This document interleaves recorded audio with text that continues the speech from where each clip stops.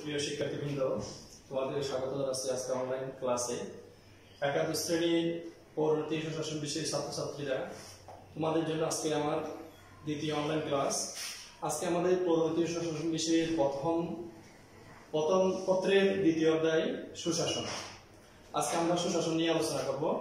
সুশাসন কি, কেন প্রশাসনের সুশাসন ব্যবস্থা কায়েম করা হয়েছে, সরকার কেন সুশাসন প্রতি গুরুত্ব দেওয়া হয়েছে, আমরা দেখি। সুশাসন সুশাসন একটি ইংরেজি শব্দ। এটার ইংরেজি প্রতিশব্দ হচ্ছে গুড গভর্নেন্স। গভর্নেন্স শব্দটি একটি বহুমাত্রিক ধারণা, যা বিভিন্ন দৃষ্টিকোণ থেকে ক্ষেত্রে প্রেক্ষাপট থেকে ব্যাখ্যা করা হয়েছে। গভর্নেন্সকে রাজনৈতিক ব্যবস্থা, শাসনের ব্যবস্থা হিসেবেও দেখা হয়ে থাকে। গভর্নেন্স বা শাসন ব্যবস্থার সাথে সুপ্রত্যয় যোগ করে মূলত সুশাসন শব্দটি প্রকাশ করা হয়েছে। এর ফলে সুশাসনের অর্থ দাঁড়িয়েছে নির্ভুল, দক্ষ ও কার্যকরী শাসন। আবার বলছি, এর ফলে সুশাসনের অর্থ দাঁড়িয়েছে নির্ভুল, দক্ষ ও কার্যকরী শাসন। তবে সুশাসনকে একক কোনো ধারণার মাধ্যমে সংজ্ঞায়িত বা ব্যাখ্যা করা সম্ভব নয়, কেননা সুশাসনের ধারণাটি হলো বহুমাত্রিক। বিভিন্ন তাত্ত্বিক, আন্তর্জাতিক সংস্থা বা দাতা সংস্থা সুশাসন ধারণাটির সংজ্ঞা প্রদান বা ব্যাখ্যা প্রদান করেছেন। সুশাসন ধারণা সর্বপ্রথম মূলত ব্যাখ্যা করেছেন বিশ্বব্যাংকের উদ্ভাবিত একটি ধারণা। 1889 খ্রিস্টাব্দে বিশ্বব্যাংকের এক সমীক্ষায় সর্বপ্রথম সুশাসন বা গুড গভর্নেন্স পদ্ধতি ব্যবহার করা হয়েছে।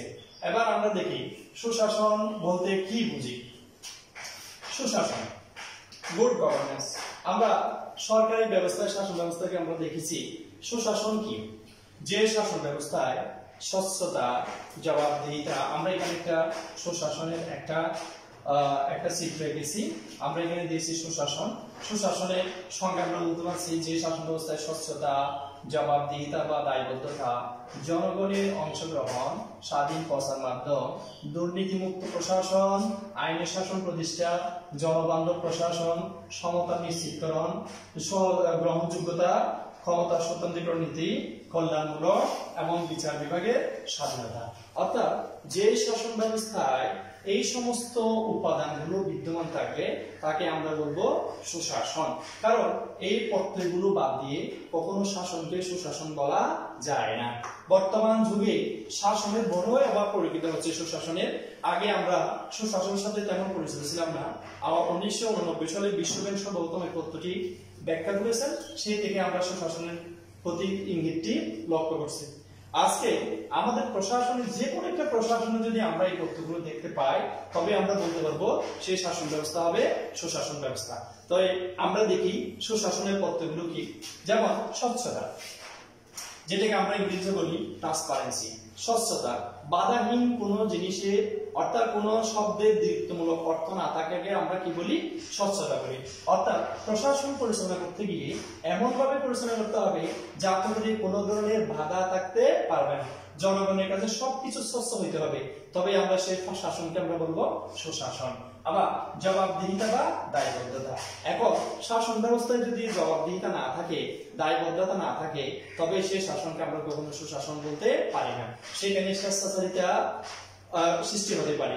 সেজন্য প্রশাসন পরিচালনা করতে গিয়ে যে কোনো কাজে তাকে জবাবদিহি করতে হবে, তাকে দায়বদ্ধ থাকতে হবে। সবকিছু তাকে পুঙ্খানুপুঙ্খানুভাবে জনগণের কাছে জবাবদিহি নিশ্চিত করতে হবে। অংশগ্রহণ, যে শাসন ব্যবস্থায় জনগণ প্রত্যক্ষ বা পরোক্ষভাবে অংশগ্রহণ করে সেই শাসনকে আমরা বলি সুশাসন। জনগণ তাদের প্রতিনিধি নির্বাচনের মাধ্যমে মূলত শাসন ব্যবস্থায় অংশগ্রহণ করে থাকে। স্বাধীন প্রচার মাধ্যম। আর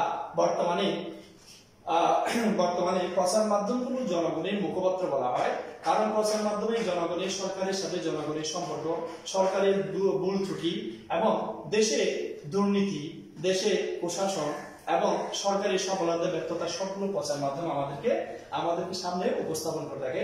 সেই জন্য যে শাসন ব্যবস্থায় স্বাধীন প্রচার মাধ্যম বিদ্যমান রয়েছে সেই শাসন ব্যবস্থাকে আমরা বলবো সুশাসন। আর দুর্নীতিমুক্ত প্রশাসন, মূলত দুর্নীতি হচ্ছে, নীতিহীনতাই হচ্ছে দুর্নীতি। আজকে দুর্নীতির কারণে পৃথিবীতে অনেক দেশ আজকে তাদের সঠিক উন্নয়ন করতে পারছে না। আমাদের প্রশাসনে যে দুর্নীতি নয় তা না, তবে বর্তমান সরকার দুর্নীতিকে অনেকটা নির্মূল করার জন্য চেষ্টা করে যাচ্ছে। তাহলে দুর্নীতি হবে নীতিহীনতায়। যে শাসন ব্যবস্থায় দুর্নীতি থাকবে সেই শাসন ব্যবস্থাকে আমরা সুশাসন বলতে পারবো না। সেই জন্য সুশাসন হতে হলে তাকে অবশ্যই দুর্নীতিমুক্ত হতে হবে। আইনের শাসন, আইন অনুযায়ী শাসন, রুলস অফ ল। যে শাসন ব্যবস্থায় দেশের প্রচলিত আইন সংবিধান অনুযায়ী দেশ পরিচালিত হবে এবং তাকে আমরা বলবো আইনের শাসন। আইনের শাসন যেখানে রয়েছে সেখানে জনগণের স্বাধীনতা রয়েছে। জনগণ তাদের অধিকার কর্তব্যগুলো সঠিকভাবে প্রয়োগ করতে পারে। সেই জন্য যে শাসন ব্যবস্থায় আইনের শাসন থাকবে সেই শাসন ব্যবস্থাকে আমরা বলবো সুশাসন। জনবান্ধব প্রশাসন, আর যে সরকার যে প্রশাসন রাষ্ট্র পরিচালনা করুক না কেন তাদেরকে অবশ্যই জনবান্ধব হতে হবে। জনগণের আশা আকাঙ্ক্ষার প্রতিফলন ঘটাতে হবে।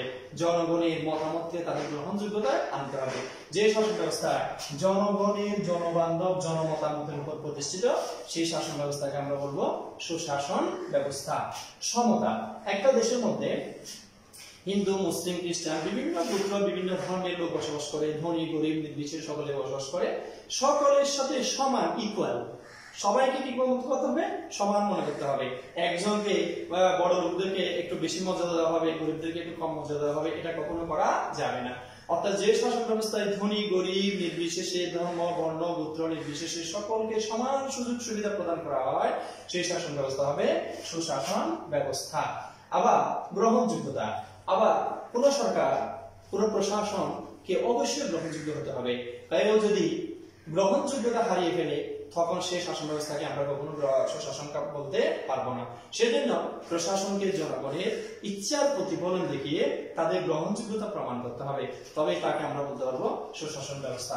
ক্ষমতা স্বতন্ত্রীকরণ নীতি, যে সরকার ব্যবস্থায় সরকারের যে ত্রিবিধ বিভাগ রয়েছে, তিনটি বিভাগ রয়েছে, আইন বিভাগ, বিচার বিভাগ, শাসন বিভাগ, এই তিন বিভাগকে যদি তাদের কোনো ক্ষমতাকে আলাদা আলাদা ভাবে যদি ন্যস্ত করা হয় তখন সেই দেশের মধ্যে ক্ষমতা স্বতন্ত্রীকরণ নীতি প্রযুক্ত হয়। ক্ষমতা স্বতন্ত্রীকরণ নীতি অনুযায়ী আইন বিভাগ আইনের কাজ করবে, আইন তৈরি করবে, আইন সংশোধন করবে, আইন বাতিল করবে। আর শাসন বিভাগ আইন বিভাগের তৈরিকৃত আইন অনুযায়ী দেশ পরিচালনা করবে। আর বিচার বিভাগ অপরাধী দেশের আইন অনুযায়ী অপরাধীদের বিচারের ব্যবস্থা করবে, অপরাধীদের শাস্তির বিধান করবে এবং নিরপরাধ ব্যক্তিদেরকে মুক্ত করে দেবে। এই যদি কোন শাসন ব্যবস্থায় ক্ষমতা স্বতন্ত্রীকরণ নীতি প্রযুক্ত হয় তবে আমরা অবশ্যই সেই শাসন ব্যবস্থাকে বলতে পারবো সুশাসন ব্যবস্থা। এবং কল্যাণমূলক, অবশ্যই সরকারকে প্রশাসনকে জনকল্যাণমূলক হতে হবে। এমন এমন কাজ করতে হবে যে কাজের মধ্যে জনকল্যাণ নিশ্চিত হয়। জনগণের কল্যাণ বাদ দিয়ে শুধু ব্যক্তি স্বার্থ দলীয় স্বার্থ সংরক্ষণ করে যে শাসন ব্যবস্থা হবে সেই শাসন ব্যবস্থা কখনো সুশাসন হতে পারে না। সেই জন্য সরকার তার প্রশাসনকে মাঠ পর্যায়ে প্রশাসনকে এমন ভাবে ঢেলে সাজাতে হবে যদি যেন তাদের সমস্ত কাজকর্মগুলো জনবান্ধব হয়, জনকল্যাণমূলক হয়, তবে জনগণ সুশাসন ব্যবস্থার সুফল ভোগ করতে পারবে। এবং বিচার বিভাগের স্বাধীনতা, আর আমাদের দেশে বিচার বিভাগ যদি কোন দেশের বিচার বিভাগ যদি স্বাধীন না হয়, বিচার বিভাগ যদি প্রশাসন দ্বারা কলুষিত হয়ে যায় তবে সেই শাসন ব্যবস্থা কখনো সুশাসন হতে পারে না। সেজন্য বিচার বিভাগকে অন্যান্য সরকারের যে দুটি বিভাগ রয়েছে অন্যান্য দুটি আলাদা আইন বিভাগ শাসন বিভাগ থেকে সম্পূর্ণ আলাদা করে তাদের নীতি অনুযায়ী তাদেরকে বিচার বিভাগের স্বাধীনতা রক্ষা করতে হবে। এবং বিচার কাজে সম্পাদন করতে গিয়ে সরকারের প্রভাব মুক্ত থেকে স্বাধীন নিরপেক্ষভাবে তাদের যদি বিচার করার ক্ষমতা প্রয়োগ করতে পারে তবে আমরা তাকে বলবো বিচার বিভাগের স্বাধীনতা। এই সমস্ত তথ্যগুলো যদি কোন শাসন ব্যবস্থায় আমরা পরিলক্ষিত হই তখন সেই শাসন ব্যবস্থাকে আমরা বলবো সুশাসন ব্যবস্থা। আজকে পশ্চিমা দেশ, মার্কিন যুক্তরাষ্ট্র, ব্রিটেন এবং অনেক দেশগুলোকে আমরা গিয়ে দেখি তাদের দেশে এই ধরনের এই তথ্যগুলো যথাযথভাবে প্রয়োগ হয় বিধায় আজকে সেখানে সুশাসন ব্যবস্থা আমরা লক্ষ্য করি। জনগণ সেখানে তাদের অধিকার কর্তব্যগুলো সঠিকভাবে পেয়ে থাকে। আমাদের দেশেও আস্তে আস্তে সরকার সুশাসন ব্যবস্থা কায়েম করার জন্য খুব বেশি প্রচেষ্টা চালাচ্ছে। আমরা সেগুলো লক্ষ্য করতেছি যাতে করে বর্তমান মানুষেরা তাদের সুশাসনের সুফল বয়ে আনতে পারে। এবার দেখি সুশাসন প্রতিষ্ঠার অন্তরায় কি, সুশাসন কেন প্রতিষ্ঠা করা সম্ভব হয় না, কি কারণে সুশাসনগুলো আমরা সুফল বয়ে আনতে পারছি না। এক নম্বর হচ্ছে যে দুর্নীতি। একটা দেশের সুশাসনের বিপরীত পথই হচ্ছে দুর্নীতি। দুর্নীতি, কোন প্রশাসনে যদি দুর্নীতি ছড়িয়ে পড়ে, সেক্ষেত্রে আমরা দেখবো যে সেখানে সুশাসন ব্যবস্থা কায়েম করা যাচ্ছে না। দুর্নীতি কাকে বলে? আমরা আগে বলেছি, নীতিহীনতাই হচ্ছে দুর্নীতি। সরকারের যে কোনো ধরনের সুযোগ সুবিধা, ক্ষমতা অপব্যবহার করার নামই হচ্ছে দুর্নীতি। তাই সুশাসন ব্যবস্থা কায়েম করতে হলে দুর্নীতিকে অবশ্যই মুক্ত করতে হবে। বাক স্বাধীনতার কাছ থেকে, যে শাসন ব্যবস্থায় বাক স্বাধীনতা থাকে না, মানুষের মতামত প্রকাশের স্বাধীনতা থাকে না, সেই শাসন ব্যবস্থা কখনো সুশাসন ব্যবস্থা হতে পারে না। সেই জন্য সুশাসন ব্যবস্থা কায়েম করতে হলে মানুষের বাক স্বাধীনতাকে অবশ্যই কার্যকর করতে হবে। মানুষের কথা বলার জন্য মানুষকে অধিকার দিতে হবে। তবে এই পথে যদি বাক স্বাধীনতা কায়েম করতে পারি, তবে সেই শাসন ব্যবস্থা হবে সুশাসন ব্যবস্থা। রাজনৈতিক স্থিতিশীলতার অভাব অনেক উন্নয়নশীল দেশে, আমাদের মতো অনেক উন্নয়নশীল দেশে দেখা যায় রাজনীতি স্থিতিশীল নয়। এখানে এখানে দেখা যায় বহুদলীয় রাজনীতি বিদ্যমান থাকার কারণে ভিন্ন ভিন্ন মতামতের উৎপত্তি হয়েছে, যে কারণে রাজনৈতিক অস্থিতিশীলতার সুযোগ দেখা দেয়। যদিও বর্তমানে আমরা অনেকদিন ধরে বাংলাদেশের রাজনৈতিক স্থিতিশীলতা পরিলক্ষিত হচ্ছি, সেই জন্য রাজনৈতিক স্থিতিশীলতার অভাবও একটা সুশাসনের বড়ই পরিপন্থী। সরকারের জবাবদিহিতার অভাব, যে শাসন ব্যবস্থায় সরকার জবাবদিহি করে না, স্বেচ্ছাচারীভাবে সরকার ক্ষমতা প্রয়োগ করে, যদি এভাবে প্রয়োগ করে স্বেচ্ছাচারী হয়ে যায়, তখন সেখানে আমরা সুশাসন বলতে পারবো না। সেই জন্য সুশাসনের আরেকটা বড় অন্তরায় হচ্ছে যে সরকারের জবাবদিহিতার অভাব, আমলাদের জবাবদিহিতার অভাব। আর আমরা দেখি উন্নয়নশীল রাষ্ট্রে আমলারা জনগণের মাস্টার হয়ে যায়, তারা হচ্ছে পাবলিক সার্ভেন্ট, তাদেরকে নিয়োগ করা হয়েছে জনকল্যাণের জন্য, জনসেবা করার জন্য। কিন্তু অনেক আমলা তারা নিজেদেরকে মনে করে জনগণের মাস্টার, অর্থাৎ পাবলিক মাস্টার। তারা নিজেদেরকে আলাদা জাতি হিসেবে জাহির করে। এই ধরনের যদি আমলাতন্ত্র, যদি সরকারি কর্মচারীদের যদি জনগণের সেবক না হয়ে জনগণের শাসক হয়ে যান, তাহলে সেই শাসন ব্যবস্থা কখনো সুশাসন হতে পারবে না। আমাদেরকে অবশ্যই জনবান্ধব হতে হবে, জনসভায় তাদেরকে মনোনিবেশ করতে হবে। তারপর হচ্ছে যে আইনের শাসনের অভাব। অনেক সময় দেখা যায় দেশে প্রচলিত আইন রয়েছে, কিন্তু সেই অনুযায়ী প্রশাসন পরিচালিত হয় না। জনগণ তাদের দাবি দাওয়াগুলো সঠিকভাবে মেটাতে পারে না। আজকে জনগণ যদি কোনো সরকারি সুযোগ সুবিধার জন্য কোনো অফিস যায়, তখন দেখা যায় জনগণ সঠিকভাবে তাদের সেবাগুলো পায় না। এইভাবে যদি আইনের শাসন সঠিকভাবে জনগণ না পায়, সেই শাসন ব্যবস্থাকে কখনো সুশাসন বলা যাবে না। তারপর হচ্ছে যে সরকারের অদক্ষতা। মাঝে মধ্যে দেখা যায় সরকারও মাঝে মধ্যে অদক্ষতার পরিচয় দেয়, যে কারণে জনগণ সুশাসন থেকে বঞ্চিত হয়ে থাকে। এবার আমরা আলোচনা করব কিভাবে একটা রাষ্ট্রের সুশাসন প্রতিষ্ঠা করা সম্ভব। এই যে এখানে একটা সার্কেলের মধ্যে যে পথগুলো দেখা যাচ্ছে, এগুলো যদি সঠিকভাবে আমরা যদি কোনো প্রশাসনে প্রয়োগ করতে পারি, তবেই সেখানে অবশ্যই সুশাসন কায়েম হতে বাধ্য। না হয় কখনো সুশাসন কায়েম করা যাবে না। আবার সুশাসন শুধু কি সরকারই পালন করবে? আমাদের কোনো দায়িত্ব নেই, আমাদের ছাত্রছাত্রীদের কোনো করণীয় নেই। সুশাসন প্রতিষ্ঠায় অবশ্যই ছাত্রছাত্রী এবং নাগরিকদের কিছু কর্তব্য রয়েছে। যেমন আগে আমি চিন্তা করব সরকার থেকে সুশাসন পাওয়ার আগে আমি চিন্তা করব যে আমি নিজে দেশের আইন মানি কিনা, আমার মধ্যে সুশাসন আছে কিনা, আমি নিজে সুশাসনের প্রতি কতটুকু শ্রদ্ধাশীল, সেটা অবশ্যই আমাকে জানতে হবে। তাহলে সুশাসন প্রতিষ্ঠা একজন ছাত্রছাত্রীর ভূমিকা কি হতে পারে? যেমন ছাত্রছাত্রীরা সমাজে বসবাস করে, সেখানে তারা রাষ্ট্রের আইন মানবে, জনগণকে রাষ্ট্রের আইনের প্রতি শ্রদ্ধাশীল করবে, মানুষের সমতা বিধান নিশ্চিত করবে। তারপর হচ্ছে যে রাষ্ট্রের প্রতি নিঃশর্ত আনুগত্য প্রদর্শন করবে এবং জনগণকেও রাষ্ট্রের প্রতি আনুগত্য প্রদর্শনী শিক্ষা দিয়ে থাকবে। তারপর হচ্ছে যে রাষ্ট্রের কোনো ক্ষতি করবে না, রাষ্ট্রের সেবা করবে, নিজে সুশিক্ষিত হবে, এবং নিজে শিক্ষা গ্রহণ করে তার সন্তানদেরকেও সুশিক্ষিত করে তুলবে এবং জাতীয় সম্পদ, সরকারি সম্পদ রক্ষার জন্য এগিয়ে আসবে। নিজেও দুর্নীতি করবে না, অপরজনকেও দুর্নীতি থেকে নিরুৎসাহিত করবে। তাহলে ছাত্রছাত্রী হিসেবে আমাদেরকেও সুশাসন প্রতিষ্ঠায় কিছু করণীয় রয়েছে। এভাবে যদি প্রতিটি নাগরিক, প্রতিটি ছাত্রছাত্রী গ্রামে, নিজের বাড়িতে, নিজে দেশে যদি এভাবে যদি তাদের আচার আচরণগুলো সঠিকভাবে যদি প্রযুক্ত করতে পারে, তবে আমাদের দেশে অবশ্যই সুশাসন কার্যকরী হতে বাধ্য। আবার সুশাসন প্রতিষ্ঠায় সরকারের কি করণীয় রয়েছে? সরকারের করণীয়, সরকার, বাংলাদেশের একটা সংবিধান রয়েছে, সেই সংবিধানে মৌলিক অধিকার সন্নিবেশিত হয়েছে। সরকার যদি জনগণের মৌলিক অধিকারগুলো সঠিকভাবে জনগণকে ভোগ করতে দেয়, তবে জনগণ সুশাসনের সুফল ভোগ করতে পারবে। মত প্রকাশের স্বাধীনতা দিতে হবে, সরকারকে অবশ্যই মত প্রকাশের স্বাধীনতা দিতে হবে। অর্থাৎ ভিন্ন মতাবলম্বী লোক থাকলেও তাদের কথা শুনতে হবে এবং তারা যদি আইনের পক্ষে কথা বলে, ন্যায়ের পক্ষে কথা বলে, সুশাসনের পক্ষে কথা বলে, সরকারকে সেগুলো অবশ্যই শুনতে হবে। তারপর হচ্ছে যে জনমতামত, সরকারকে জনগণের মতামতের উপর ভিত্তি করে যে কোনো ধরনের সিদ্ধান্ত গ্রহণ করতে হবে।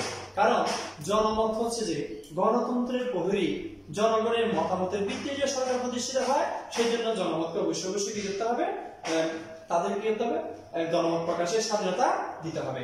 শান্তিপূর্ণ উপায়ে সমস্যার সমাধান, যেমন দেশের মধ্যে আমাদের দেশে একটা রোহিঙ্গা সমস্যা দেখা দিয়েছে।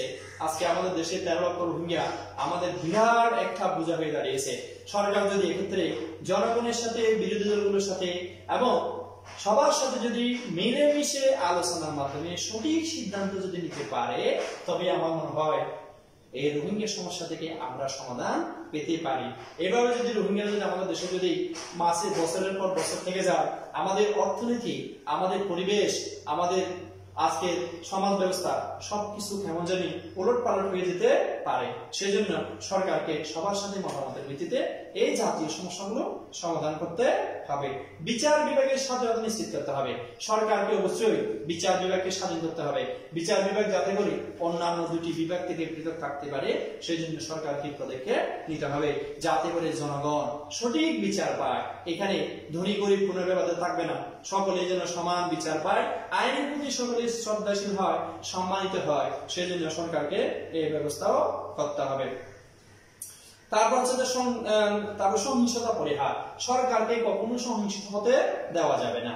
সরকারকে জনগণের সাথে বন্ধুত্ব স্থাপন করতে হবে, সরকারি দলের সাথে, সরকারের লোকের সাথে, বিরোধী দলগুলোর সাথে কি করতে হবে, সুসম্পর্ক স্থাপন করতে হবে, তবে এই দেশে সুশাসন কায়েম করতে বাধ্য হয়েছে। দারিদ্র দূরীকরণ, সরকার একটা বিশাল জনগোষ্ঠীকে দারিদ্র সীমার নিচে রেখে কখনো দেশে সুশাসন কায়েম করতে বাধ্য নয়। কারণ ক্ষুধার জ্বালা সবাই চিনে, ক্ষুধার রাজ্যে পৃথিবী বদ্ধময়। সেজন্য দেশে যদি সুশাসন সুন্দরভাবে প্রযুক্ত করতে হয়, জনগণের দারিদ্র সীমাকে অবশ্যই নির্মূলের ব্যবস্থা করতে হবে, তবে আমরা বলতে পারবো একটা দেশের সুশাসন কায়েম হতে বাধ্য। তারপর দেখা যায় অবাধ ও নিরপেক্ষ নির্বাচন ব্যবস্থা। আর গণতন্ত্রের একটা নীতি হচ্ছে যে একটা নির্দিষ্ট সময় পর পর নির্বাচন ব্যবস্থার পরিবর্তন, এবং নির্বাচন ব্যবস্থা এমন হতে হবে যাতে করে জনগণ সঠিকভাবে ভোটাধিকার প্রয়োগ করতে পারে, এবং যদি কোন দল নির্বাচনে হেরে যায়, অপর দলকে তাকে শান্তিপূর্ণভাবে তাদের ক্ষমতা হস্তান্তর করার নীতিও প্রয়োগ করতে হবে। তখন জনগণ সুশাসনের সুফল পেতে পারে। তারপর হচ্ছে যে দক্ষ জনশক্তি। আমরা জানি একটা দেশের শ্রম শক্তি যদি দক্ষ না হয়, তবে সেই দেশের অর্থনৈতিক অবস্থা কিন্তু নাজুক অবস্থা হয়ে যেতে পারে। বিশাল জনগোষ্ঠীকে অদক্ষ রেখে সরকার কখনো দেশের উন্নতি আশা করতে পারবে না। সেই জন্য কারিগরি শিক্ষায় শিক্ষিত করতে হবে, জনগণকে এমন ভাবে প্রশিক্ষণ দিতে হবে যাতে করে তারা নিজেরা কিছু করে স্বাবলম্বী হয়ে যেতে পারে। এইভাবে যদি কোনো সরকার দেশের প্রশাসন ব্যবস্থা সুন্দরভাবে পরিচালনা করে তবে আমরা বলতে পারবো অবশ্যই সে দেশের শাসন ব্যবস্থা সুশাসন। কারণ দেশের শাসন ব্যবস্থায় যে শাসন ব্যবস্থায় সুশাসনের অভাব দেখা যায় সেই শাসন ব্যবস্থার প্রতি জনগণের আস্থা থাকে না, সরকার সঠিকভাবে রাষ্ট্র পরিচালনা করতে পারে না, দেশের দুর্নীতি ছড়িয়ে পড়ে, তারপর হচ্ছে প্রশাসন হয়ে যায় জনবিমুখ হয়ে যায়। সেই জন্য সরকার প্রশাসনের সুশাসন নিশ্চিত করার জন্য এই সমস্ত পদ্ধতিগুলোকে অবশ্যই পালন করতে হতে পারে। এবার আমরা বলতে পারি, আবার আমাদের এই আলোচনা থেকে আমরা আলোচনা করতে পারি সুশাসন কি, সুশাসনের ইংরেজি কি। আমরা বলছি সুশাসনের ইংরেজি আছে গুড গভর্নেন্স। আর সুশাসন কি, আমরা বলছি যে শাসন ব্যবস্থায় স্বচ্ছতা, জবাবদিহিতা, জনগণ অংশগ্রহণ, প্রচার মাধ্যমে স্বাধীনতা, দুর্নীতিমুক্ত প্রশাসন, আইনি শাসন এবং সর্বোপরি জনকল্যাণ নিশ্চিত হয়, সেই শাসন ব্যবস্থাকে আমরা বলতে পারবো সুশাসন। যদি বলা হয় সুশাসনের দুটি বড় অন্তরায় কি, সুশাসনের দুটি বড় অন্তরায় আছে দুর্নীতি, স্বজনপ্রীতি। দুর্নীতি, স্বজনপ্রীতি বা দলীয়করণ। আর আমরা যদি বলি সুশাসনের পদে প্রধান অন্তরায়, আবার বলছি দুর্নীতি এবং স্বজনপ্রীতি। তারপরে জবাবদিহিতা কি, জবাবদিহিতা যদি বলা হয় যে কোনো কাজ করার বিনিময়ে সরকার যে আইনসভার কাছে যে জবাবদিহি করতে বাধ্য তাকে আমরা বলি জবাবদিহিতা। অর্থাৎ কোনো কিছু করার পরে যা তাকে করিয়ে দিতে হবে সেটাকে আমরা বলবো জবাবদিহিতা। এইভাবে যদি আমরা অধ্যায়গুলোকে স্বচ্ছতা কি, আইনসভা কি, জবাবদিহিতা কি, দুর্নীতি কি, সমতা কি, জনকল্যাণ কি, এগুলো যদি ভালোভাবে আমরা আয়ত্ত করতে পারি তাহলে আমার মনে হয় পরিণতি ও সুশাসনের দ্বিতীয় অধ্যায় সুশাসন পাঠটি আমরা ভালোভাবে মুখস্থ করতে পারবো, জানতে পারবো, শিখতে পারবো এবং পরীক্ষায় যে কোনো ধরনের প্রশ্ন আসলে আমরা সুন্দরভাবে উত্তর দিতে পারবো। আশা করি ছাত্রছাত্রীরা সবাই এই সুশাসনের অধ্যায়টি ভালোভাবে বুঝবা, আবার ভালোভাবে ক্লাসগুলো দেখবে, যাতে করে এইখান থেকে যে কোনো ধরনের প্রশ্ন আসলে তোমরা সহজভাবে উপস্থাপন করতে পারো, লিখতে পারো। আর এই করোনা কালে আমি তোমাদেরকে একটা অনুরোধ করছি, তোমরা বাইরে বের হবে না অযথা, এবং করোনার যে সামাজিক দূরত্ব, যে স্বাস্থ্যবিধি মানার জন্য সরকার বিভিন্ন প্রচার মাধ্যমে প্রচার করছে, এগুলো সুন্দরভাবে পালন করবে আর বাড়িতে বসে সুন্দরভাবে পাঠ অনুশীলন করবে। কারণ সরকার যে কোনো মুহূর্তে করোনা পরিস্থিতি স্বাভাবিক হয়ে গেলে তোমাদের ক্লাস সমূহ যথারীতি আরম্ভ হয়ে যাবে। সেজন্য তোমরা এখন থেকে 1 মিনিট সময় নষ্ট না করে, বাইরে অযথা ঘোরাফেরা না করে পাঠে মনোনিবেশ করো এবং করোনা যে বিস্তার রোধে তোমাদের ছাত্রছাত্রীর জন্য ভূমিকা রয়েছে, সেজন্য সবাইকে সচেতন করাও তোমাদের বড় দায়িত্ব। আজকে আমাদের পরিণতি ও সুশাসন বিষয়ে দ্বিতীয় অধ্যায়ের পাঠ এখানে সমাপ্ত ঘোষণা করছি। তোমরা সবাই ভালো থাকবে। আসসালামু আলাইকুম ওয়া রাহমাতুল্লাহি ওয়া বারাকাতুহু।